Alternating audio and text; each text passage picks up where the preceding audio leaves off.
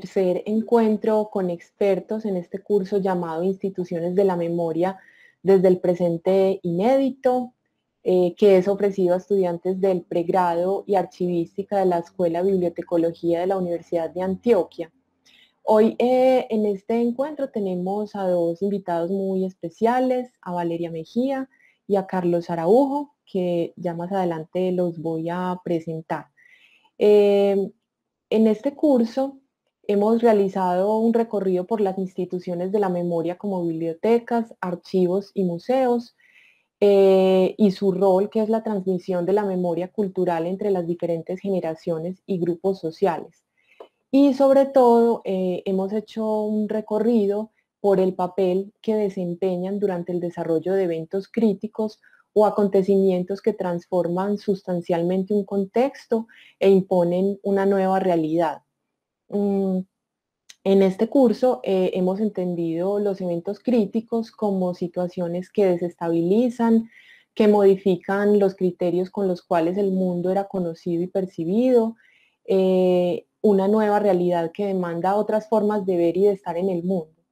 Nos referimos entonces a catástrofes ambientales, a guerras, a regímenes de violencia y terror, a pandemias como la actual que estamos viviendo, entre otros eventos.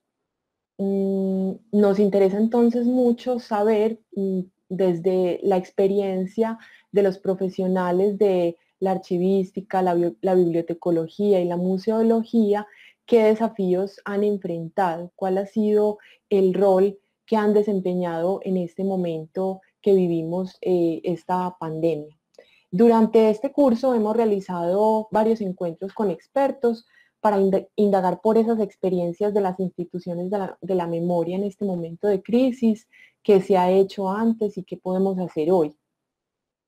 En el primer encuentro tuvimos a Santiago Villegas, estratega digital para la gestión del conocimiento, y a Jaime Gómez, que es actualmente el coordinador de las salas patrimoniales de la Biblioteca Central de la Universidad Nacional.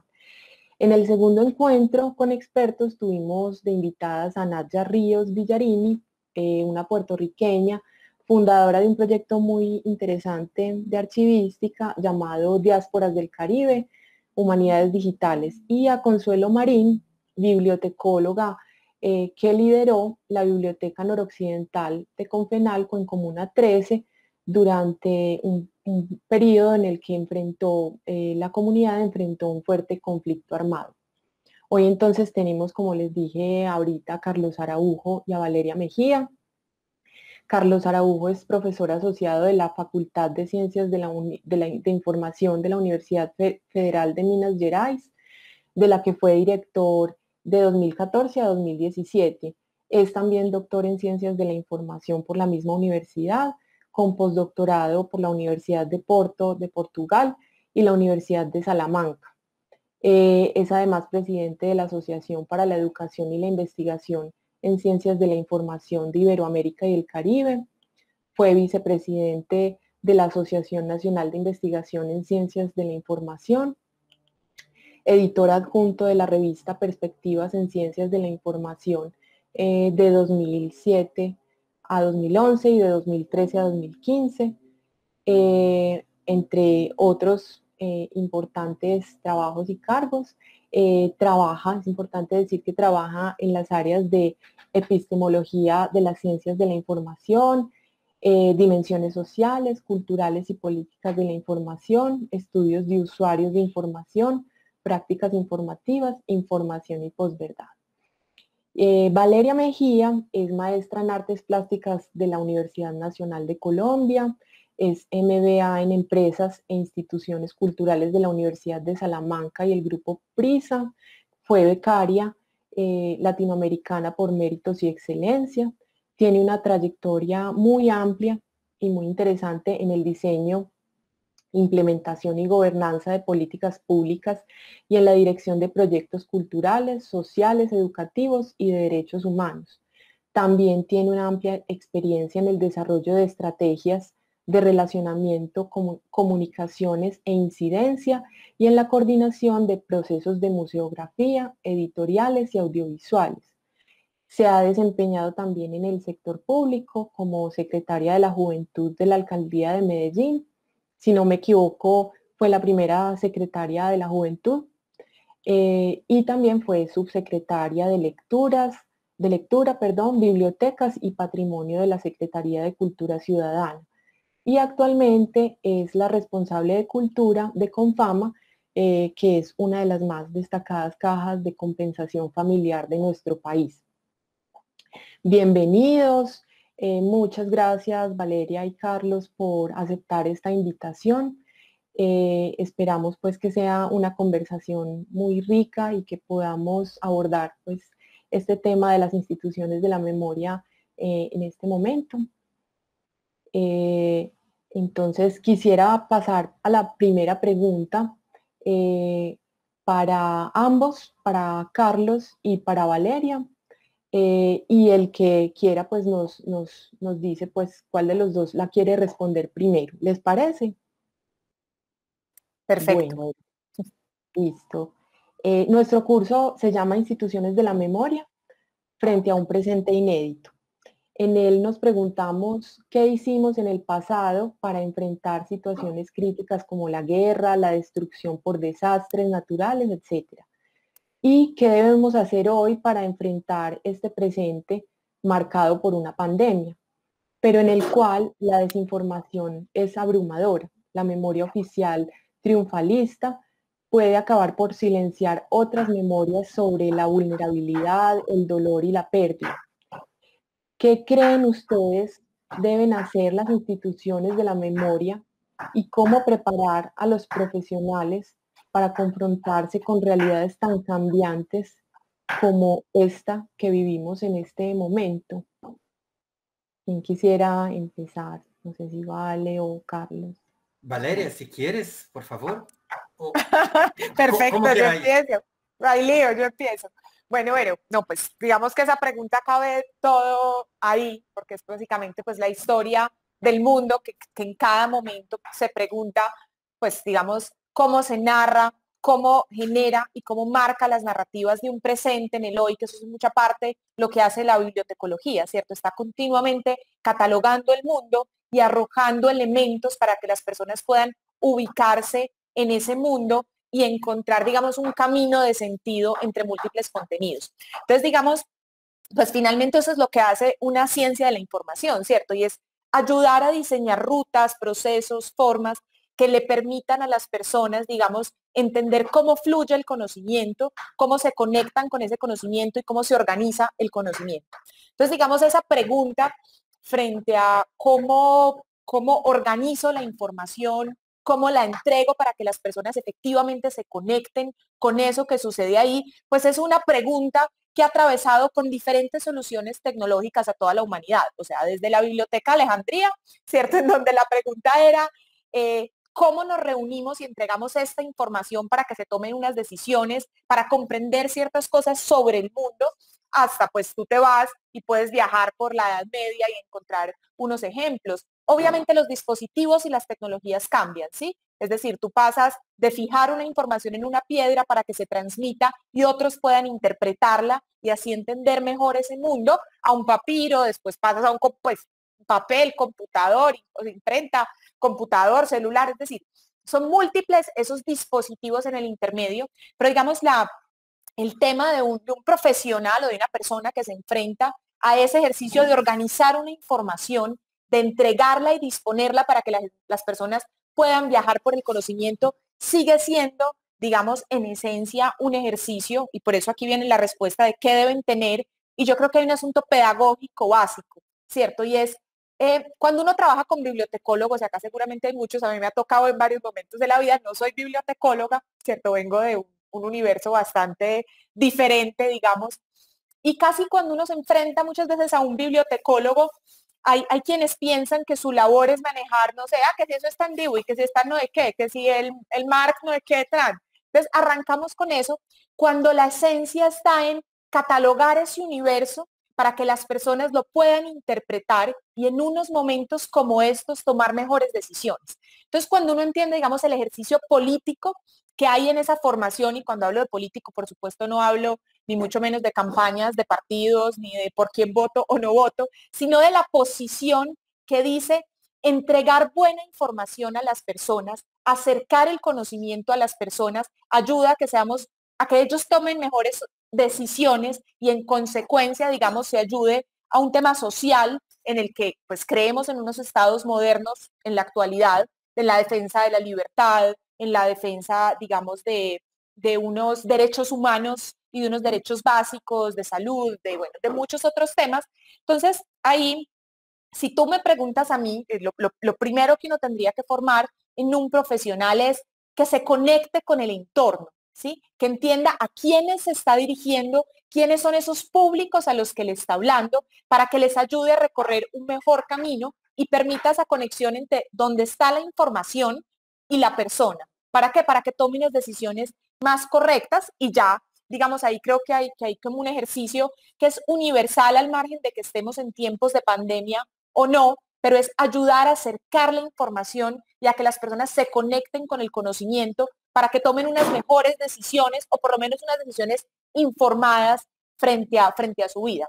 Entonces, no, creo que no tendría que ver, o sea, lo de la catalogación y la organización es una consecuencia y no la razón de ser de un profesional. Tiene que tener esos elementos sin duda, pero su razón de ser es poder conectar a los seres humanos con el conocimiento en un mundo de fake news, además, con buenas alternativas que le permitan tomar mejores decisiones. Entonces ahí, pues, digo como ese tema pedagógico que creo que puede ser un principio de una conversación y que a través de la historia lo hemos visto por múltiples medios o canales y con la tecnología de cada época, porque un lápiz también es tecnología, ¿sí? Entonces es importante como entender eso. Y ya, ahí te cedo la palabra, Carlos. Gracias. Perfecto, Valeria. Me gustaría comenzar solo a agradecer a Sandra, Patricia y Verónica por la invitación.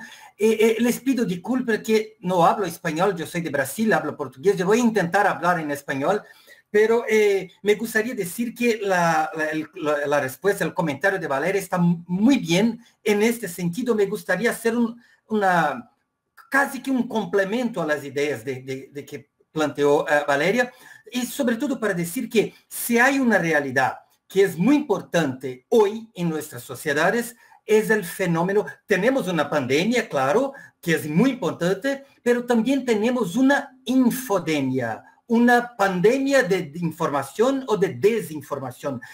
Hace pocas semanas, la Organización Mundial de Salud hizo un congreso, un evento para discutir y para proponer acciones frente a esta infodemia o esta pandemia de información falsa. En este sentido, yo soy profesor de una escuela en que nosotros tenemos una carrera de bibliotecología, otra carrera de archivología y otra carrera de museología.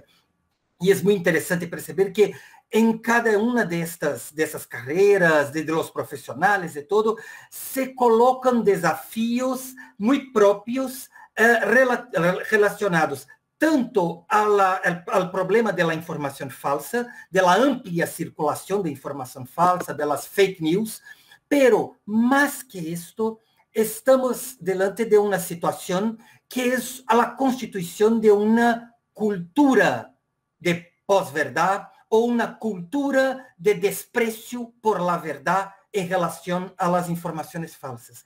Un ejemplo, nosotros estamos en estos días sobre la pandemia, estamos hablando también de vacunas. Y nosotros tenemos hoy, con muchísima fuerza en distintos países, en Brasil sobre todo, movimientos muy fuertes, muy organizados de gente anti-vacuna. Y en Brasil, las teorías sobre la vacuna de China, la vacuna también de Reino Unido y otras, son teorías de que la vacuna puede llevar al cáncer, que la vacuna va a implementar un chip en las personas para controlar a la gente y otras teorías más sobre la vacuna. Mira, o por ejemplo, sobre las mascarillas también hay teorías de que las mascarillas son malas para la salud, no tiene... es necesario, no son benéficas para evitar la propagación de COVID-19. En ese sentido, me gustaría mencionar muy rápidamente este autor que se llama Ken Wilber. Tiene este libro que se llama Trump y la posverdad, en que define que nosotros estamos viviendo hoy un momento que se puede llamar de una cultura de la posverdad. O este otro autor que publicó este libro llamado Puntos Ciegos, Fernando Broncano, que define el momento contemporáneo como un régimen de posverdad. ¿Qué significa eso? ¿Y qué significa ese desafío para nosotros hoy? Mira que Valéria estaba hablando muchísimo, de manera muy adecuada, sobre los distintos desafíos que bibliotecas, archivos, museos ya tuvieron en otros momentos históricos, con las cuestiones de guardar la información, de catalogar la información, de organizar la información, de diseminar la información, de proporcionar instrumentos para compartir. Y mira que en todas estas acciones están involucradas con momentos históricos muy específicos. Claro que los desafíos de guardar, de organizar, de catalogar, siguen existindo, claro, no cesan de existir, pero a ellos se suman otros desafíos de épocas distintas. ¿Y cuál es el desafío de nosotros hoy?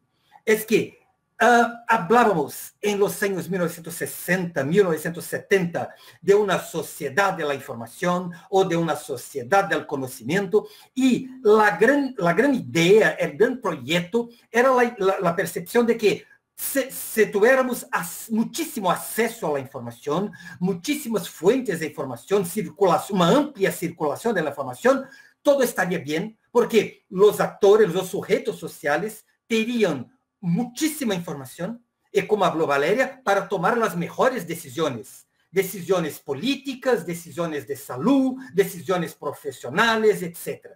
Pero ¿qué pasó con nosotros? Fue en el siglo XXI la descubierta de que tener muchísima información no ha hecho de nuestras sociedades mejores. Sociedades con más democracia, con más tolerancia, con más paz, inclusión y diversidad.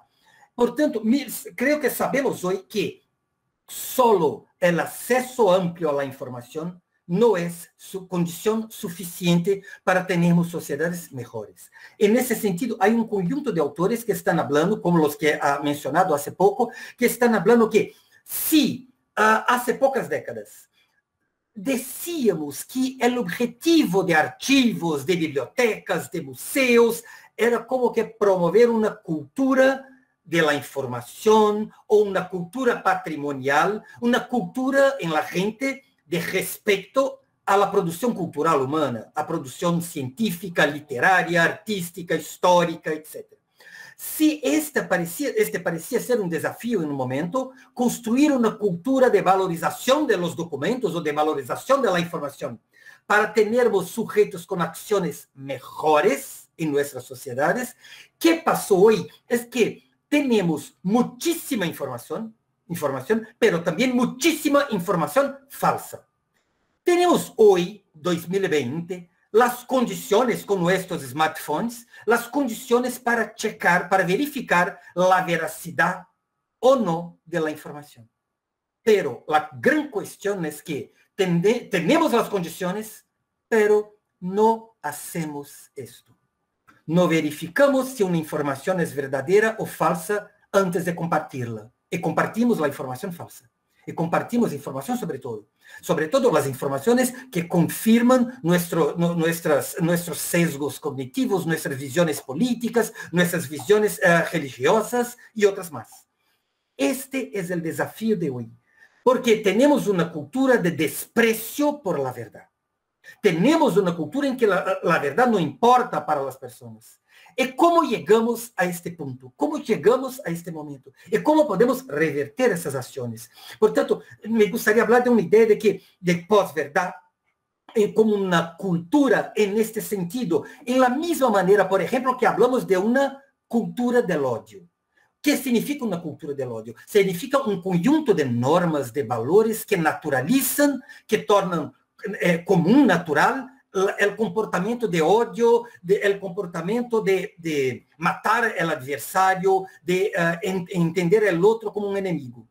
también hablamos de una cultura del estupro o de una cultura de racismo. En este mismo sentido, de un conjunto de valores, de ideas, tenemos hoy un conjunto de ideas, de valores que naturalizan el comportamiento de la gente con un desprecio por la verdad. Por tanto, pienso que el principal cuestión hoy para bibliotecas, archivos, museos es actuar en cambio de esta cultura, en la construcción de una otra cultura de la relación de las personas con la información, con los documentos, con la memoria. Sobre todo, por tanto, en una época, en un periodo en que las informaciones falsas, las teorías conspiratorias están conduciendo las actitudes de las personas en momento de tomar decisiones de elecciones políticas, de comportamiento de salud y todo más.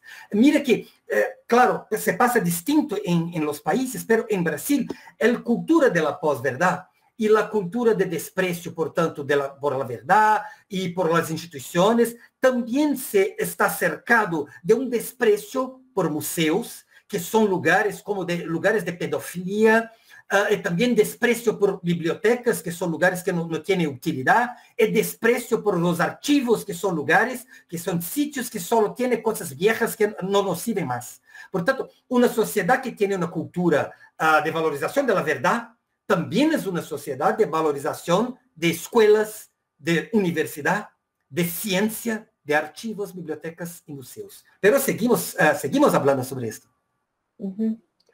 Ustedes han hecho un recorrido muy interesante, pues Valeria, desde cómo cada cultura ha ido catalogando y ordenando el mundo para dar herramientas y para difundir el conocimiento, y cómo hoy, perdón que tenía la cámara apagada, desde Alejandría hasta nuestros días, ¿cierto? Ha hablado sobre el ejercicio pedagógico que desempeñan las instituciones de la memoria para ofrecer una información y un conocimiento oportuno, pertinente, veraz, que pueda servir a las personas a tomar mejores decisiones.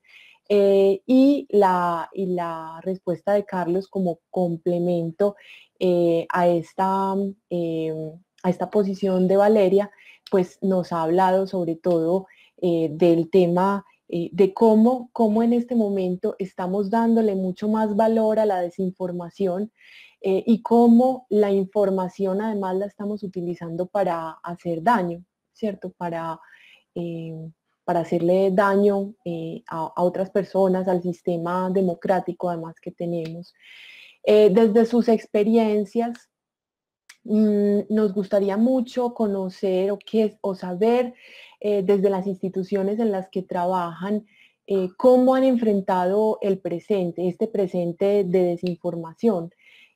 Valeria, por ejemplo, desde su trabajo en Confama, que sabemos que las bibliotecas han tenido que cerrar en este momento, preguntarle sobre todo cómo han mantenido el contacto con los usuarios, cómo han seguido ofreciendo los servicios, qué preguntas han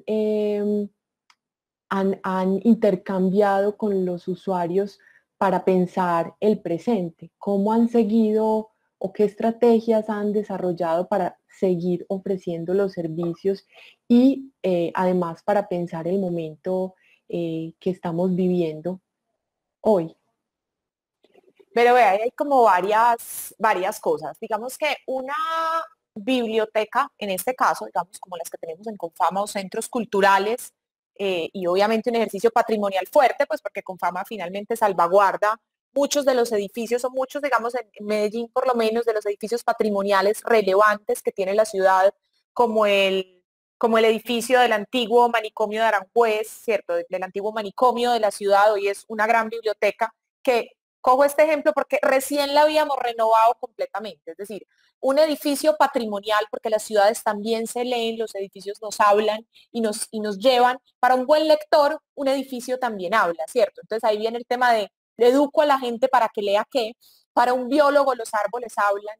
Entonces cómo uno cataloga, digamos, ese mundo también. Entonces, una de las apuestas claras que nosotros tenemos va con el patrimonio, digo, y en este caso un patrimonio, digamos, pues un edificio como tal, también hay patrimonios de otro tipo que por supuesto las bibliotecas coleccionan, pero doy este ejemplo porque nosotros habíamos invertido mucho dinero con la convicción del rol definitivo que juegan las bibliotecas en una sociedad como la nuestra, o los espacios, porque son en esencia espacios de encuentro.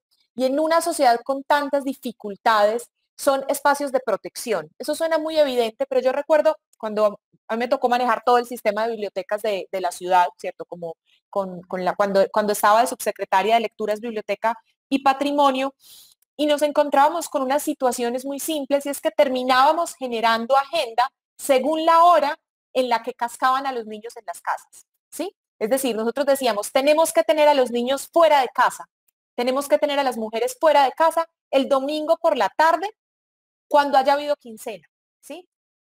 Digamos porque eran los momentos en los que más vulneraciones se presentaban. Eso es contraintuitivo, pero en una sociedad como la nuestra, tener lugares de protección donde todos seamos iguales, ¿sí? Iguales no en el sentido de que la diversidad se pierda, porque la diversidad es la mayor riqueza, sino lugares que nos nivelen como sociedad, ¿sí? En donde yo en el transporte público soy igual al otro, ¿sí?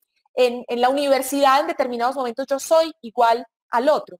Pero son muy poquitos en una sociedad tan inequitativa como la nuestra, esos escenarios que igualan, que nivelan la sociedad. No igualan en términos de que se pierda la diversidad de ideas o de ecosistemas ahí. Entonces, voy a esta historia porque hay un gran asunto, y es que las bibliotecas, en este caso, nosotros no las comprendemos únicamente como unos proveedores de información, sí, como unos entes que entregan información, sino como unos centros de encuentro alrededor de la pregunta, la conversación. Y por eso nosotros no diseñamos en estas reformas. Ahorita paso, Vero, a esa respuesta de qué estamos haciendo o por dónde vemos un camino en el que todos nos para improvisar, y vamos a ver los mejores improvisando, y ojalá lo que llevamos en la mochila nos sirva para eso.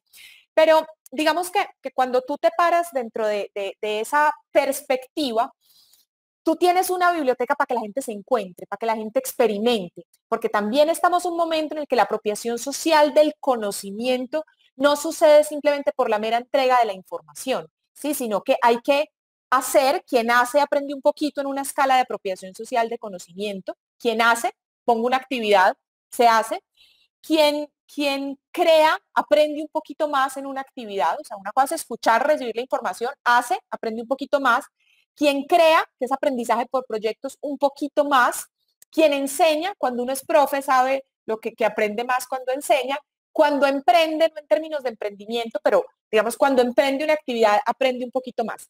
Entonces, en toda esa curva de apropiación social del conocimiento, la entrega del conocimiento es apenas una primera fase. Y una primera fase en la que hoy tú estás compitiendo con contenidos como nunca antes, y muchos de esos falsos, contraproducentes para un momento como el que estamos, ¿cierto? Y xenófobos, y encima usted tiene un algoritmo que le escoge a usted de dónde merca. A usted no le muestra todo el mercado, sino que si usted empieza a comprar tomates, cada vez le especializan tomates, pero le deja de mostrar el resto del mundo.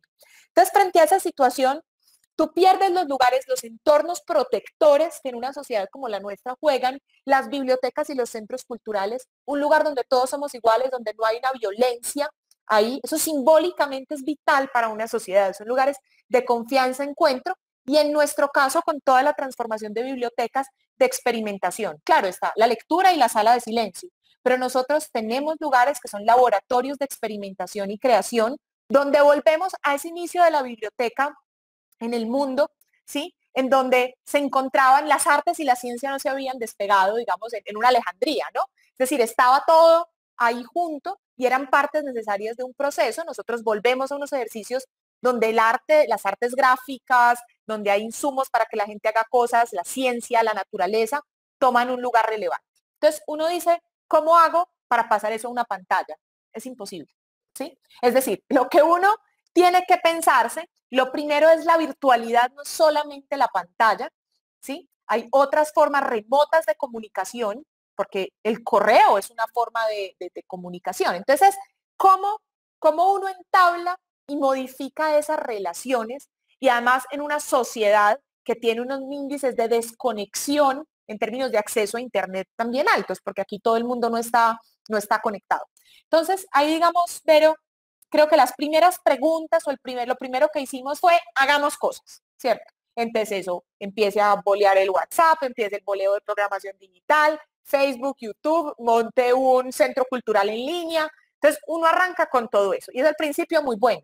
Mes y medio después arrancan a caer las visitas, ¿cierto? Entonces esto primero es ese trasnocho. Nosotros tenemos unos equipos muy grandes, es decir, el equipo solamente de Bibliotecas con Fama es un equipo de más o menos 100 personas, pues digamos que es un equipo importante, más todo el equipo de cultura, terminamos siendo casi 160, y uno dice, ¿yo cómo diablos hago? Entonces empieza todo un tema digital, después, digamos, mutamos a un ejercicio de libros a domicilio, entonces empezamos todo un tema de bioseguridad muy fuerte para poder, digamos, seguir prestando un servicio de libros. Desarrollamos un tema tecnológico fuerte, diseñamos un sistema para inyección de subsidio al libro a domicilio. Hoy en este momento estamos desde tiempo atrás en todo el tema de reactivación segura, pero igual es extraño porque el libro que tocan libro que yo tengo que llevar a cuarentena 15 días. Entonces esto es un lío porque entonces ya llevábamos abriendo colecciones, sacando las colecciones de lo terrible que es tenerlas en una vitrina, ¿cierto? De un tema tan anticuado, porque lo primero para que formar un buen lector es que los libros se le atraviesen, ¿cierto? Ay, prohibir algo, eso es súper buen asunto. No vaya a leer eso y es el primero que quieren los pelados.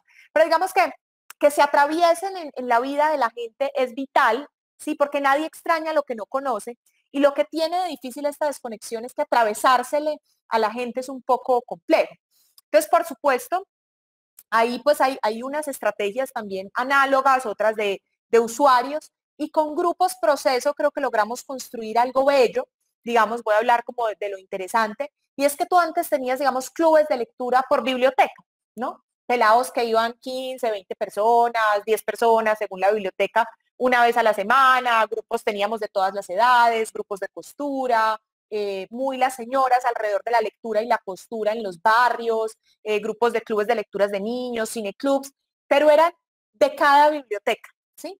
Con esta pandemia lo que nos pasó, que es un asunto interesante, es que de pronto tenemos un cineclub que ya no es el cineclub de la biblioteca de claustro, sino que ya es el cineclub con Fama, en donde se conectan 120 personas a ver la misma película y luego pues llegan 30 a la conversación, pero tenemos visualizaciones de esas películas que entregamos con un tema crítico que también se lee en películas, repito, alrededor de eso. Tengo un club de lectura que conecta varios territorios.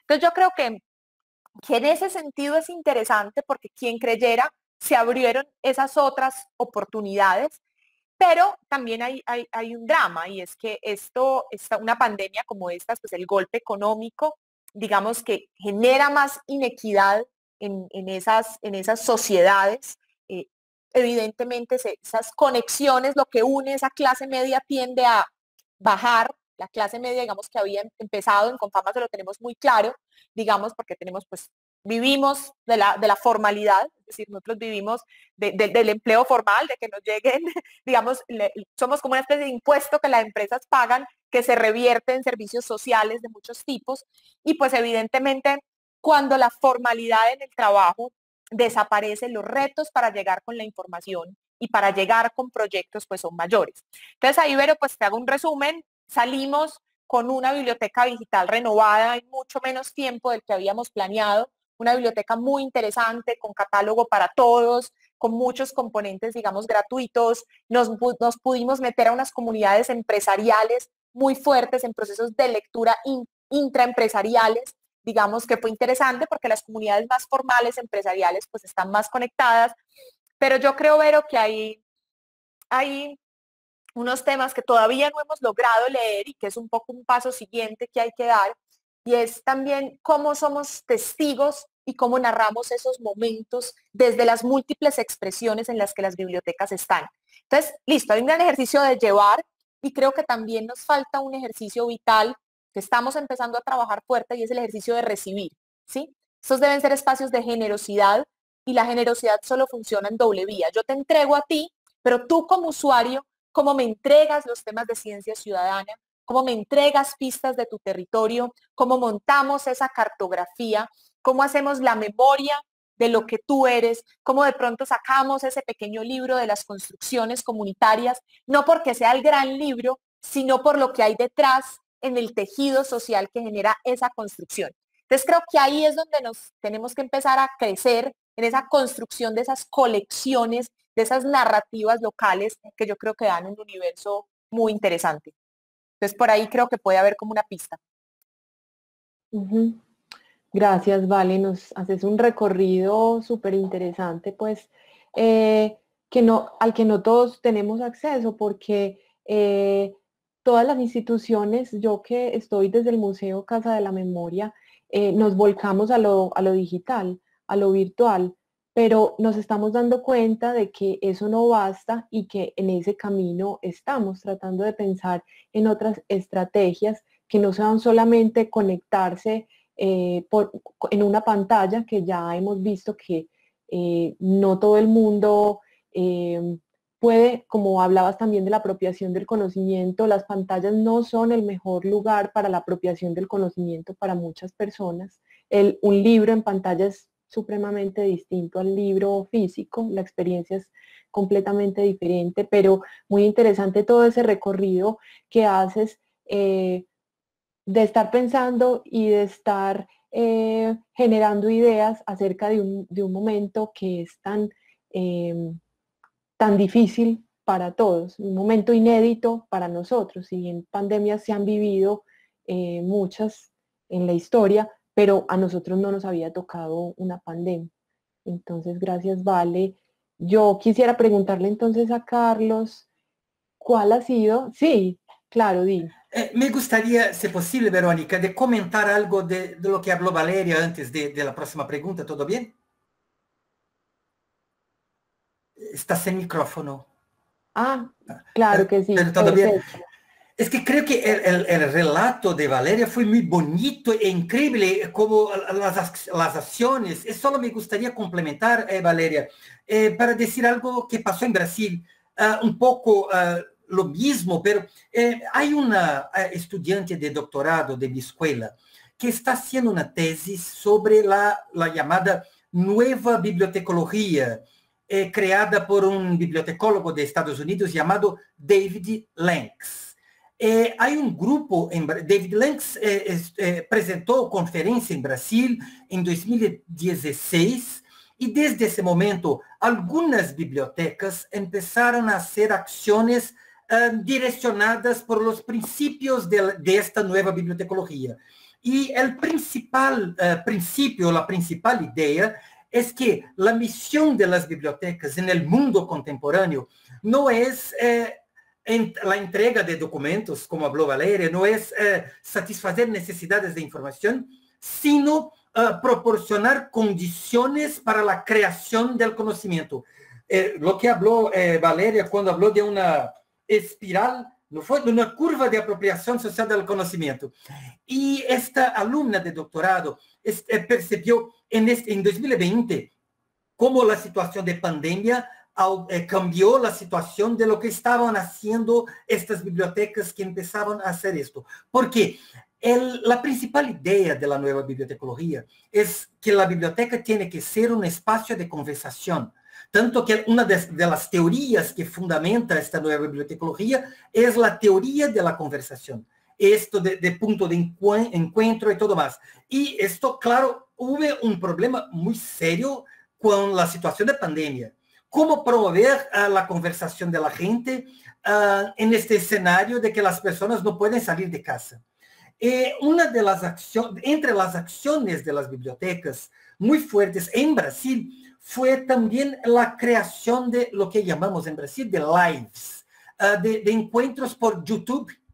En YouTube, la gente hace presentaciones de grupos de debate sobre distintas cuestiones de cultura, de racismo, de salud y todo más. Y por tanto, la idea de punto de encuentro se intentó hacer desde esta perspectiva. Pero también en Brasil, una otra acción muy fuerte de las bibliotecas en la situación de pandemia se pasó en las bibliotecas escolares y las bibliotecas universitarias, que en Brasil son las más fuertes. Brasil tiene muy poca tradición de bibliotecas públicas. Y en las bibliotecas escolares, mira que si Valeria habló que la condición de pandemia genera más inequidad. En Brasil, esto se pasó de una manera increíble. Nosotros a veces hablamos que Brasil es como una Belindia. Somos un poquito Bélgica y muchísima India. Significa, tenemos una parcela de la población, 2 millones de personas muy ricas, que tiene todas las condiciones, es 198 millones de personas que están en situación de pobreza, de vulnerabilidad.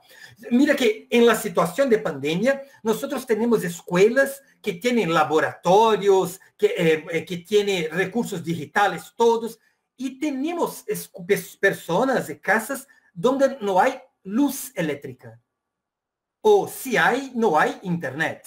O no hay teléfono. ¿Y cómo promover condiciones? Tanto que en algunas escuelas se siguieron los contenidos, las clases, en otras hasta hoy no.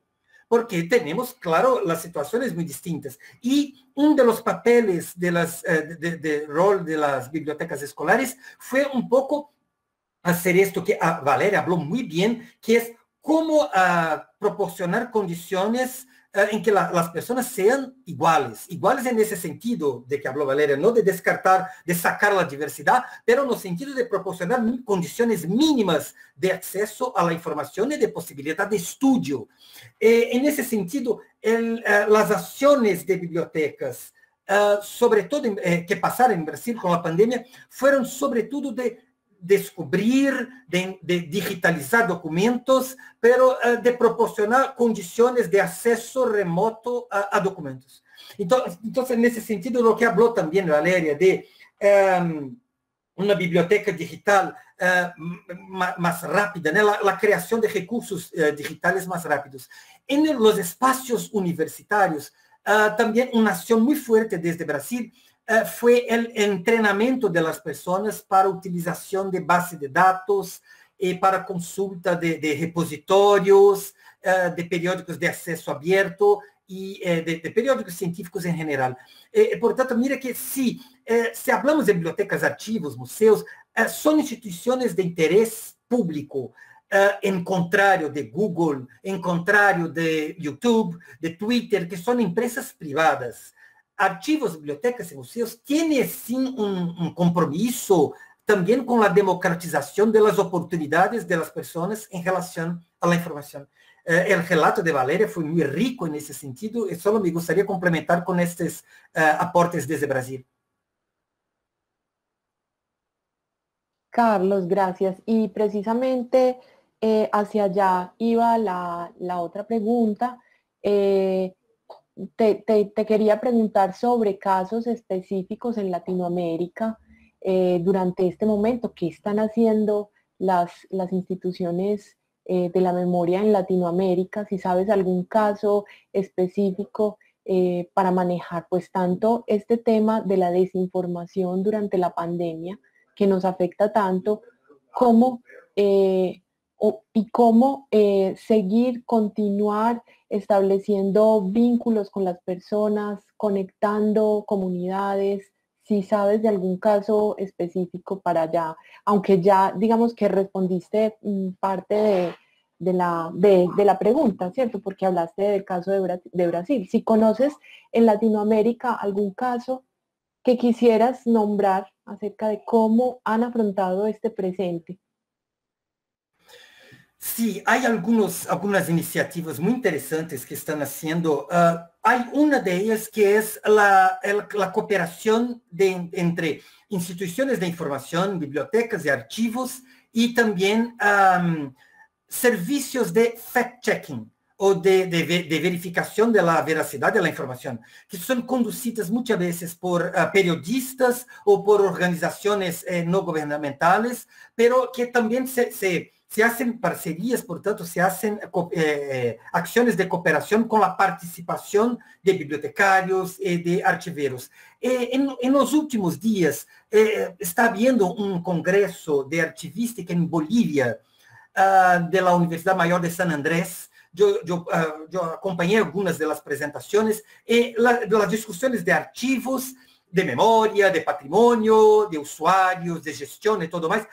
Fueron hechas algunas presentaciones de Panamá, de El Salvador, de propia Bolivia, que hablaban de esto, de estos servicios de los archivos en colaboración con instituciones de verificación de verdad de la información. Una otra acción que me gustaría mencionar es desde México. Hay grupos en México que están trabajando con la perspectiva de la injusticia epistémica, que es una discusión que haciendo hace algunos años, de proporcionar, de percibir que hay grupos, hay colectivos que están aislados de la propia condición de producción de conocimiento. Por consecuencia de la producción de la memoria.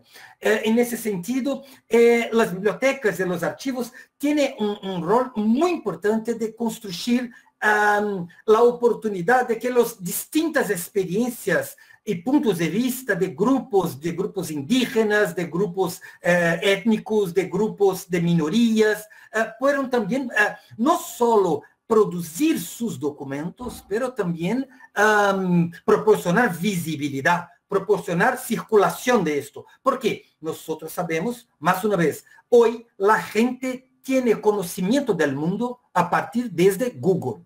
Google, el motor de búsqueda más utilizado, es una empresa comercial, es una empresa privada. Tiene compromisos con dinero, no con un compromiso público. Y eso tiene una consecuencia, que Google, o también las redes sociales, el Facebook, el Twitter, nos proporcionan los resultados de nuestras búsquedas, siempre haciendo referencia a las mismas fuentes de información, siempre a los mismos recursos de información, a los mismos puntos de vista, que son los hegemónicos. Por tanto, tenemos sí que percibir la memoria y el campo de la información como también un campo de batallas, un campo de contradicciones, un campo de poder. En ese sentido, me gustaría también mencionar, sé, Verónica, que su pregunta fue más de iniciativas prácticas, pero como yo soy profesor de fundamentos, yo estoy mucho más en relación con las conceptualizaciones de esto. Hay un autor de España que se llama Antonio García Gutiérrez, tiene un libro espectacular, se llama Una otra memoria es posible. Esta es la edición en portugués, pero hay, claro, en español. Está haciendo una discusión de memoria, y propone este investigador que las instituciones de memoria tienen que trabajar con dos, lo que llama de operadores. Un que se llama operador transcultural y otro que es un operador complejo. ¿Qué significa eso? Que son maneras de construir sistemas de información, sistemas de recuperación de memoria, que tienen la posibilidad de tener dentro de ellos los puntos de vista distintos sobre cuestiones, sobre asuntos políticos, identidad y todo más.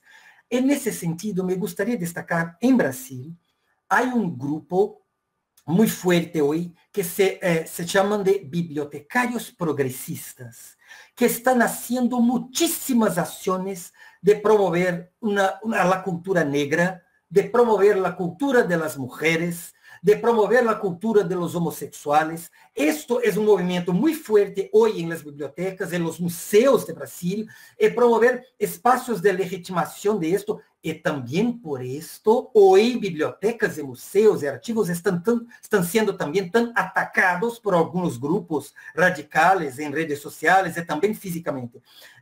Hay un autor, por ejemplo, en ese sentido, se habla, por ejemplo, entonces de resgatar ideas, por ejemplo, de la razón negra o de la razón feminista y todo más. Hace pocos días, incluso, fue publicado un libro de epistemología, de bibliotecología, de ciencia de información iberoamericana, con participación de una investigadora de la Universidad de Antioquia, Natália Duque, y una investigadora, una bibliotecóloga brasileña, que se llama Franciele.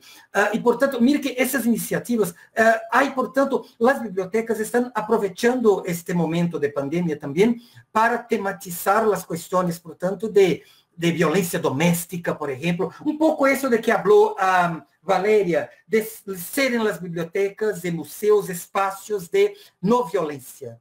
portanto, espaços de segurança, de confiança. E, nesse sentido, as bibliotecas estão sendo muito protagonistas hoje em la tematização, na discussão dentro de nossas sociedades de la questão del negro, la questão de la mujer, de los homosexuales e, portanto, de todos esses grupos sociais que sofrem violência, que sofrem os efeitos de la desigualdade, que sofrem os efeitos da exclusão e tudo mais.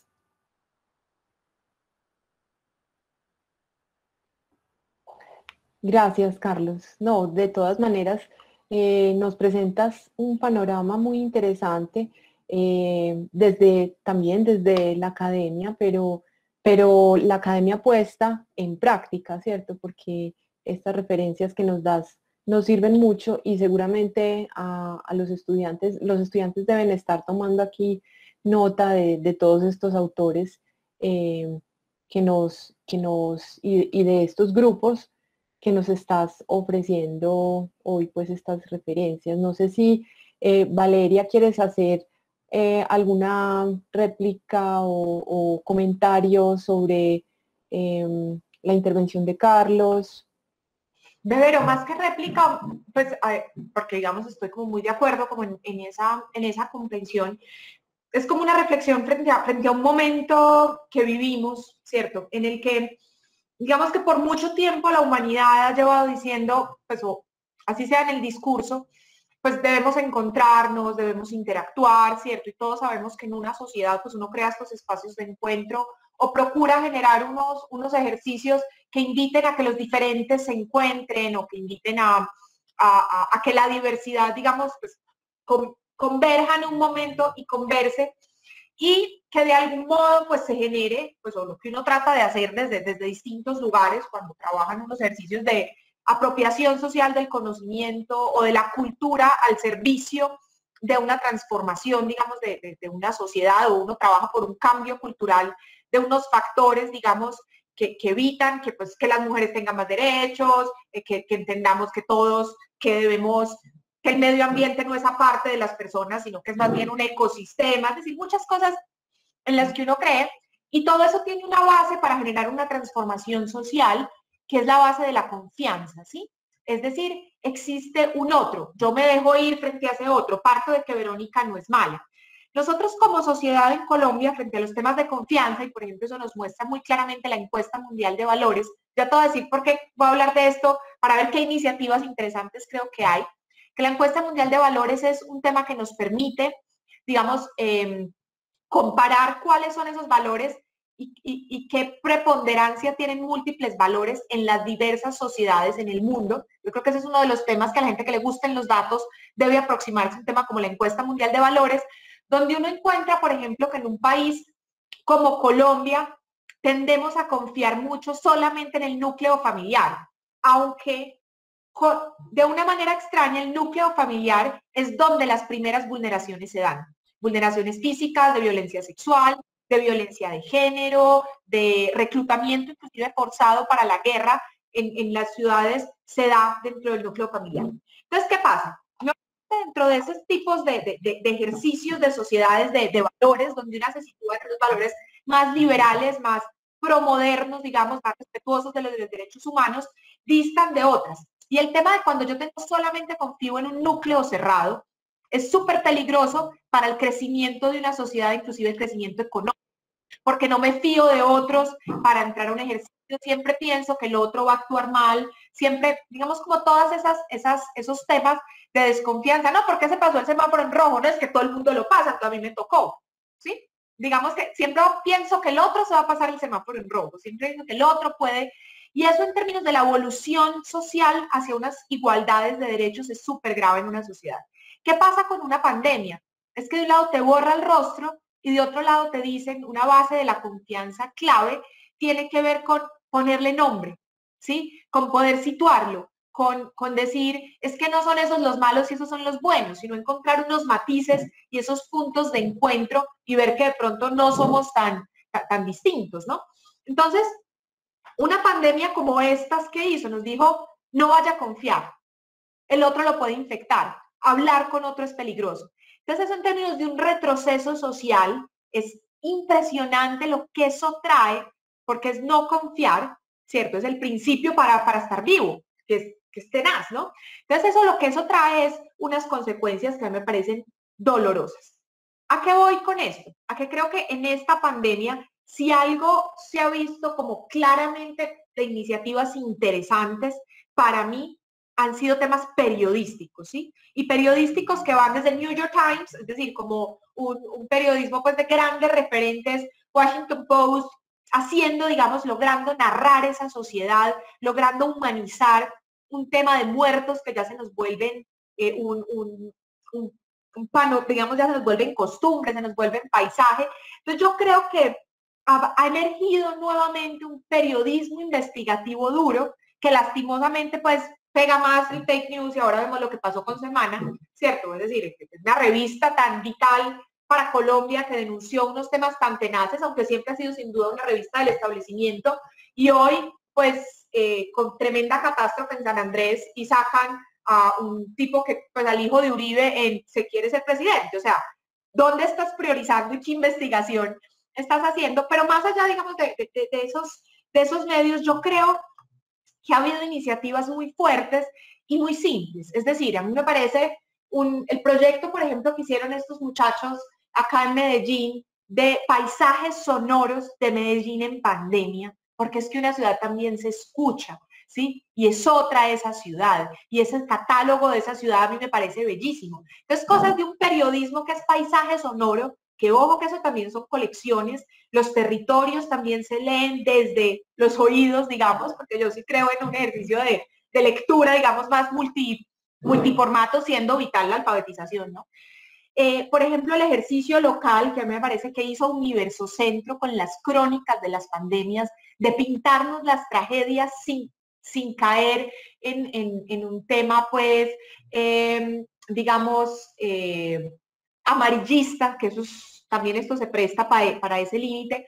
Yo creo que ahí es importante y uno ahí recupera un poquito, aunque no tengan los lectores que deberían tener ni la relevancia crítica que deberían generar, sucede ahí.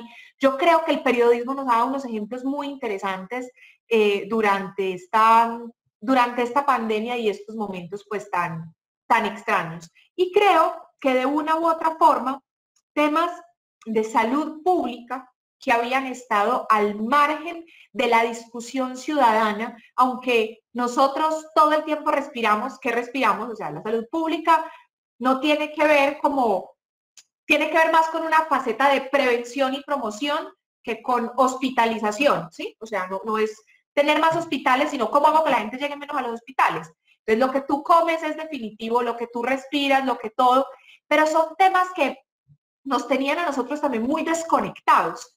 Entonces, de eso, como el ambiente es una cosa y yo por otro lado. Y creo que esto ha puesto en evidencia unos temas muy interesantes de salud pública, con menor debate público del que uno quisiera, de la conexión con esos ecosistemas, de esas consecuencias, digamos, que es importante, digamos, poner en relevancia. Es decir, ya muchos hablan de ciertos temas como científicos que han venido acercándose con la tristeza también del fake news, ¿no?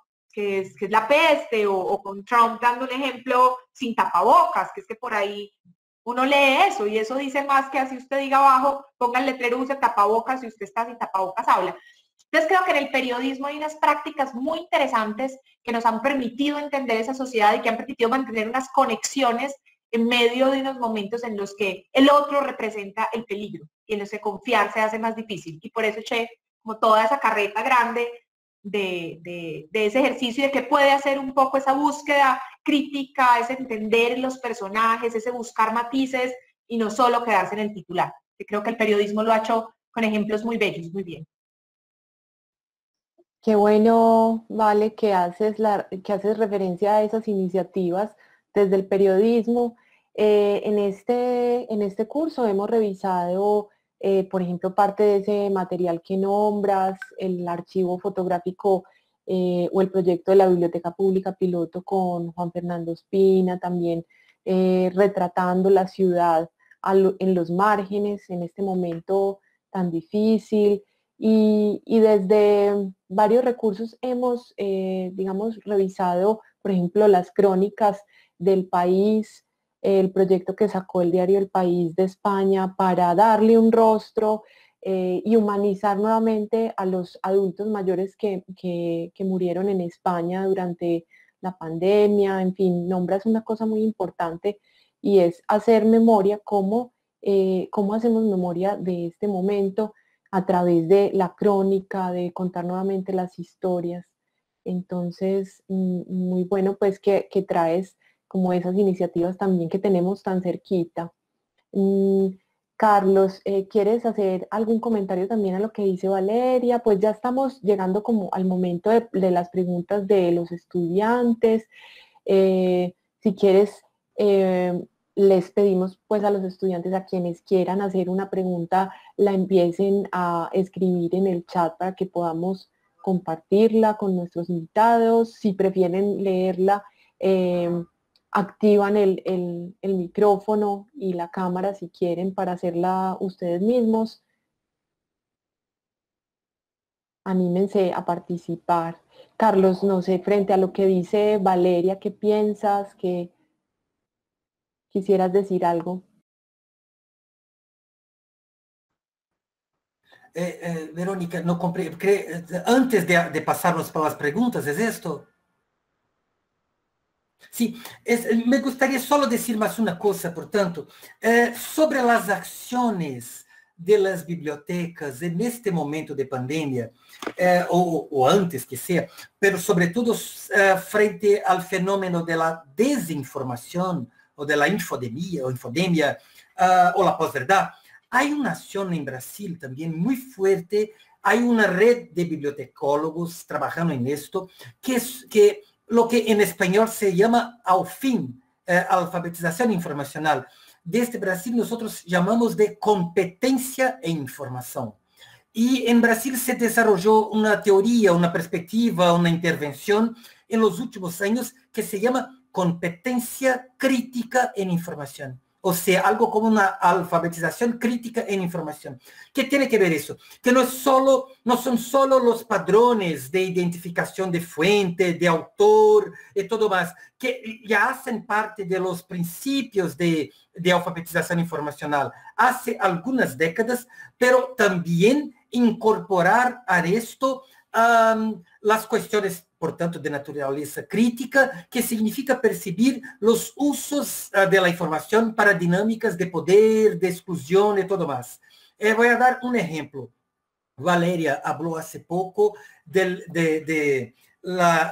el aislamiento de la gente, ¿sí? El otro representado como un enemigo.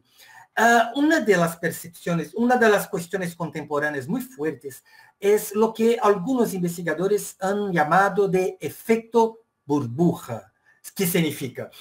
Nosotros, los motores de búsqueda y las redes sociales, con una estrategia de la propia lógica de funcionamiento de sus algoritmos, nos proporcionan siempre las mismas informaciones. Las informaciones que están de acuerdo con nuestras preferencias políticas, con nuestros gustos culturales, musicales y todo más, literarios, artísticos, esportivos, etc. Eso se pasó en el comienzo del siglo XXI. Los motores de búsqueda en las redes sociales construyeron sus algoritmos para proporcionar a la gente una especie de diseminación de la información personalizada. Esto tuvo un efecto, un daño, un efecto colateral muy, muy malo, que fue la generación del efecto burbuja. Pero las personas comunes no saben de esto. Las personas comunes que reciben todos los días por el feed de noticias de sus smartphones, las noticias, no saben que estas noticias pasan por un sesgo, por una selección de solo algunos puntos de vista, o también nuestras búsquedas por Google. Por tanto, una de las acciones de al fin o de competencia en información que las bibliotecas están intentando promover, sobre todo en las escuelas, es explicar para las personas los mecanismos de funcionamiento de las redes sociales, de los motores de búsqueda, lo que significa el efecto burbuja, lo que significa los sesgos de confirmación que hace con que las personas tienen siempre una búsqueda por un conforto psicológico y por tanto no están aisladas de opiniones, no están en contacto con contradictorio, con opiniones distintas. Esa lógica de funcionamiento de todo esto, de todos estos instrumentos, es necesario que esto esté también comprendido como un empoderamiento de los sujetos en sus relaciones con la información, en este contexto en que vivimos hoy. Gracias, Carlos. Bueno, tenemos aquí una pregunta de los estudiantes que hace Manuel. Manuel, ¿quieres hacer la pregunta tú directamente o la leemos por acá?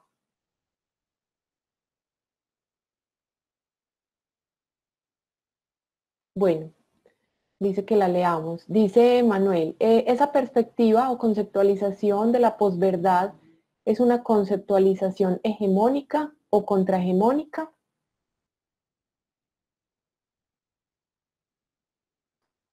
No sé si Valeria quiere comenzar respondiendo. Si comienzo yo. Yo creo que... Adelante tú. Que yo creo todo que bien, todo bien. Perfecto. La hegemonía.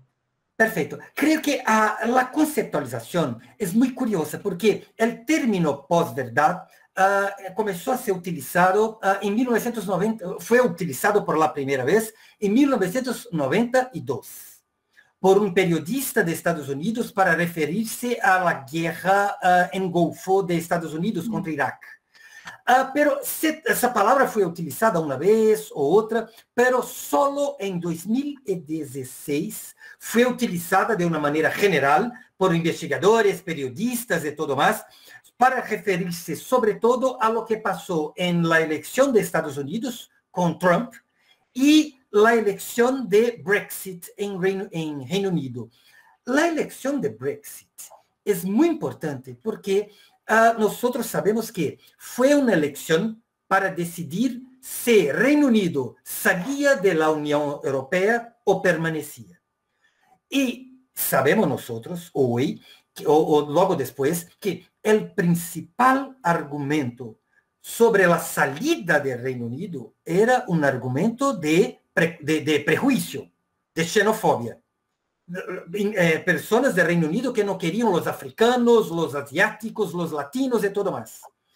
Pero hacer una campaña con estos valores no era bueno, no parecía bien. Y por tanto, era necesario hacer la campaña con otros motivos. Y por tanto, se utilizaron datos económicos, de que el Reino Unido perdía dinero por estar en la Unión Europea y todo más. Pero estos datos eran falsos. Los datos verdaderos son favorables a permanencia del Reino Unido en la Unión Europea. Y por tanto, mira que circularon informaciones que eran falsas, claramente falsas. Y el nombre posverdad viene para hablar de esto. Y por tanto, mira que la idea de posverdad, estamos hablando no de las mentiras, no de la información falsa, sino de la manera como las personas, de una manera colectiva, se actúan, tienen su comportamiento en relación con la información. Creo que la conceptualización hegemónica es justamente la que hacen los que producen información falsa. Por ejemplo, Donald Trump, que desarrolló, que creó el concepto de hecho alternativo. The Washington Post, el periódico de Estados Unidos, hizo un cálculo que Trump mintió 20,000 veces en 4 años como presidente de Estados Unidos.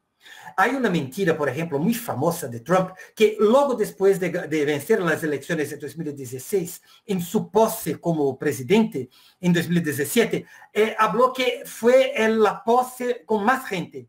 Y nosotros tenemos las fotos, los vídeos todo se muestra que no fue la pose con más gente. Y cuando confrontado con esto, Trump contesta, es mi opinión, fue la pose con más gente. Un poco como hoy, que está diciendo, yo ha vencido las elecciones. No interesa la verdad, no interesan las evidencias, no interesan los hechos.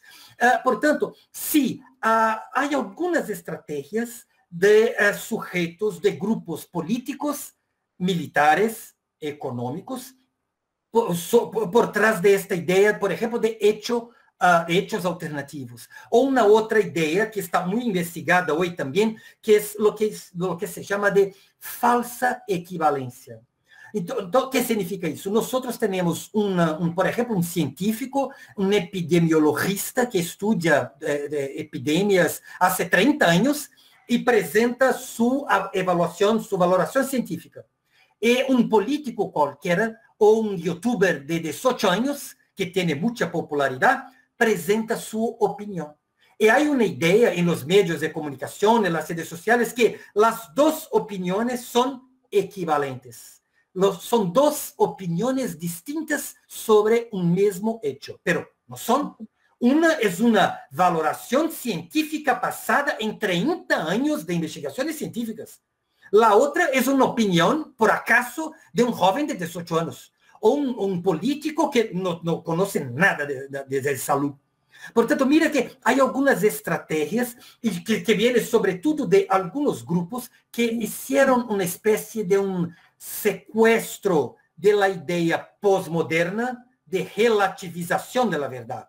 En las últimas décadas, la filosofía postmoderna construyó la idea de que no hay una verdad, que la verdad depende de un sujeto, depende de un contexto y todo más.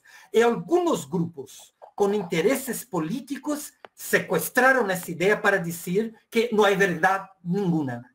Todo es verdad, todo tiene el mismo valor. No es verdad. Esto se generó, entre otras cosas, la polarización, el discurso de odio, las fake news y todo más. Carlos, gracias. Quisiéramos saber si hay alguna pregunta más de los estudiantes. Anímense a participar. Recuerden que este espacio para conversar es ideal, que podamos plantear. Buenas tardes. Sí, Santiago. Bueno, gracias. Mi pregunta es, ¿cómo puede ganar terreno la biblioteca frente a nuevas fuentes primarias de información, como por ejemplo las redes sociales?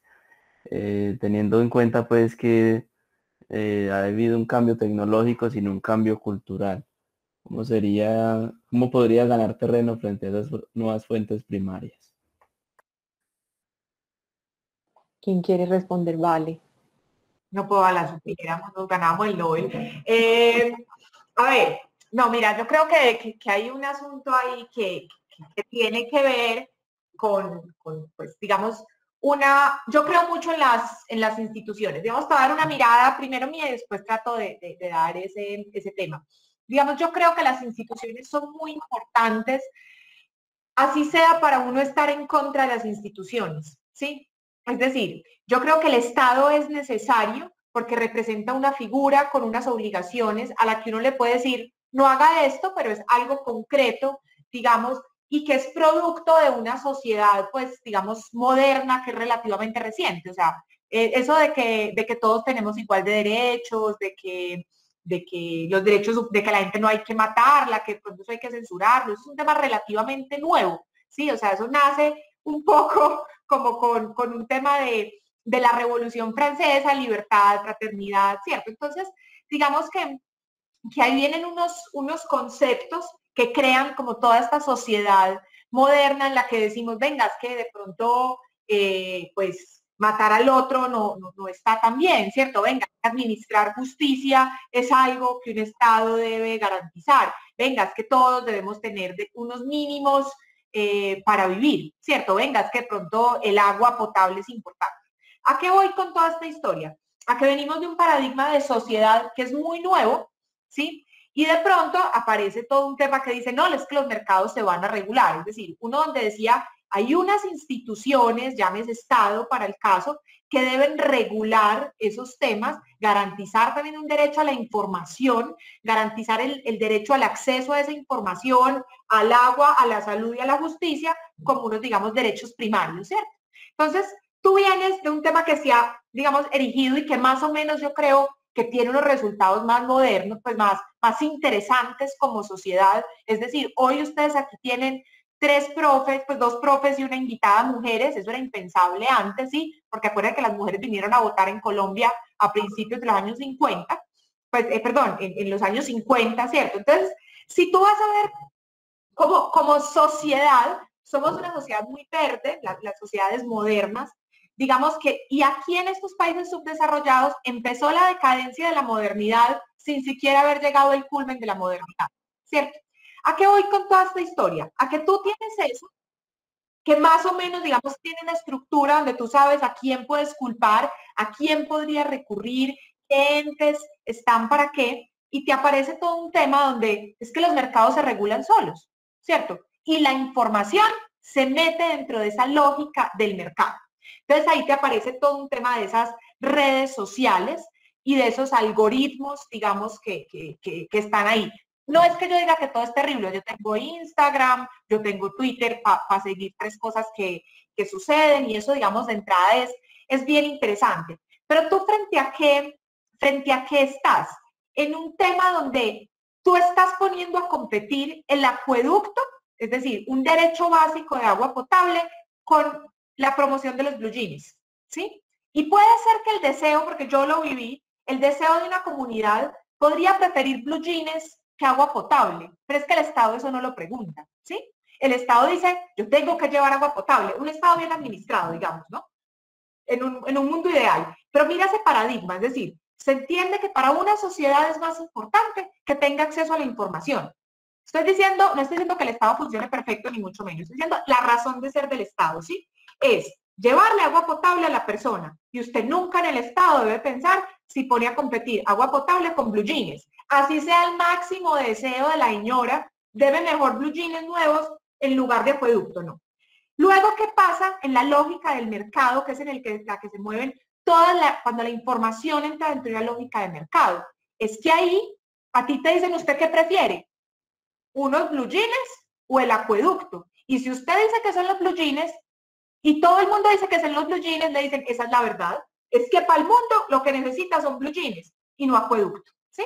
Cuando el agua es lo que científicamente te garantiza ese tema. Entonces, ¿a qué voy con esto? Que creo que es importante entender en qué panorama se está parando, en qué mundo se está parando para entender y empezar a analizar con todas las, digamos, esa sociedad de la que es producto las redes sociales, que esas fuentes primarias te sirvan para leer esa sociedad, ¿sí? Que esa sí es una labor clara de tú como bibliotecólogo o de tú como investigador, ¿no? Que es, ¿qué me está hablando? ¿De qué me están hablando esas redes sociales frente a esta sociedad? Y lo primero que tú tienes que hacer, y por eso empecé diciendo que ojalá supiera, es que depende de qué pregunta te planteas tú para abordar, ¿sí? Porque tú tienes más información que nunca, pero si tú no tienes una pregunta, tú nunca vas a haber descubierto la teoría ni de la relatividad, ni la teoría de la gravedad. O sea, la historia tú no la contaban de la manzana, ¿se acuerdan? Ah, que se cayó la manzana y que descubrió la teoría de la gravedad, que uno le contaban eso en el colegio, ¿sí se acuerdan? Que cayó la manzana del árbol. No, a mí se me caen 300 manzanas encima y como yo no tengo las preguntas que Newton se estaba haciendo en su cabeza, yo nunca voy a haber descubierto esa teoría de la relatividad. Entonces, aquí lo que yo te digo es, no es cuál es el papel de esas fuentes. Lo que yo te digo es, ¿tú qué quieres preguntarle a esa sociedad? ¿Tú qué pregunta quieres priorizar desde la biblioteca que estás coordinando, desde tu labor, para que esas fuentes te arrojen esa posible respuesta? Y por eso juega esa caricatura del tema. Pero es que, mire, a mí me pueden caer, repito, 300 manzanas y yo no voy a descubrir ninguna teoría, porque no tengo la pregunta y no tengo los elementos de investigación para aproximarme a eso. Entonces, las redes sociales efectivamente muestran un espejo de una sociedad, ¿sí? o un deseo de una sociedad, no necesariamente un espejo, porque en las redes sociales vemos que la gente se toma la foto, ¿cierto? Voltea para el otro lado, se toma la otra foto, coge solo su mejor ángulo. Entonces tú ahí tienes o un espejo o lo que la gente quisiera ser. Entonces, si tú entras con una mirada, esas fuentes primarias son muy interesantes, pero lo que importa ahí es qué es lo que tú quieres entender de esa sociedad, qué es lo que a ti te interesa, qué es lo que para a tu comunidad a la que te debes, comunidad sea temática o del territorio, para que puedas hacer esa lectura de esas fuentes primarias que hoy son más que nunca y que pueden ser muy interesantes, pero que a la vez, como son producto de esa lógica de mercado que dije al principio, que no se parecen a los estados de bienestar o a los estados, digamos, de derecho, que en la teoría son muy interesantes y que de verdad yo por eso repito que creo en las instituciones, hay a quien quejarse, hay a quien cuestionar, hay un deber ser, en esto no hay un deber ser. Entonces, pues, ¿qué es mi libertad si yo digo que los negros son unos hijueputas y unos matones? Es que estoy diciendo mi libertad, no, papito, ¿cierto? O sea, lo lindo de esto es que todos podamos hablar, pero no todas las opiniones son igual de importantes, ¿sí? Entonces yo creo que depende de ese tema crítico, lo que tú encuentres en ese espejo, en esa mirada, digamos, que nos muestran las redes de un momento, de una sociedad, de una generación, de un segmento, de un público. Entonces creo que ahí es donde está como esa parte muy interesante, donde tú tienes esas fuentes al servicio. Pero si no tienes una buena pregunta, pues harás una catalogación y ya está. Frente a la respuesta de Valeria, pues hay unas preguntas también en el chat que le apuntan un poco a lo que está diciendo Valeria, ¿cierto? Yo quisiera hacer una unión de dos preguntas que tenemos en el chat porque me parece que le apuntan a lo mismo. ¿Cómo, dicen Manuel y Yolima, cómo contextualizar la información para evitar ser absorbido por el mar de fake news? ¿Cuáles son las condiciones para verificar la información falsa? ¿Cómo facilitarle a las personas el reconocimiento y uso de estas? Creo que ya Valeria respondió parte de esta pregunta en el sentido de que es importante el posicionamiento, la formación de personas críticas que se hagan preguntas y que no consuman simplemente sin hacerse las preguntas la información que llega. ¿Qué otras condiciones creen ustedes, Carlos, Valeria, para el manejo de la información falsa? ¿Cómo? Pues definitivamente no se puede evitar, ¿cierto?, que suceda, pero qué más se podría hacer desde las instituciones de la memoria, por ejemplo? ¿Puedo comenzar, Valeria?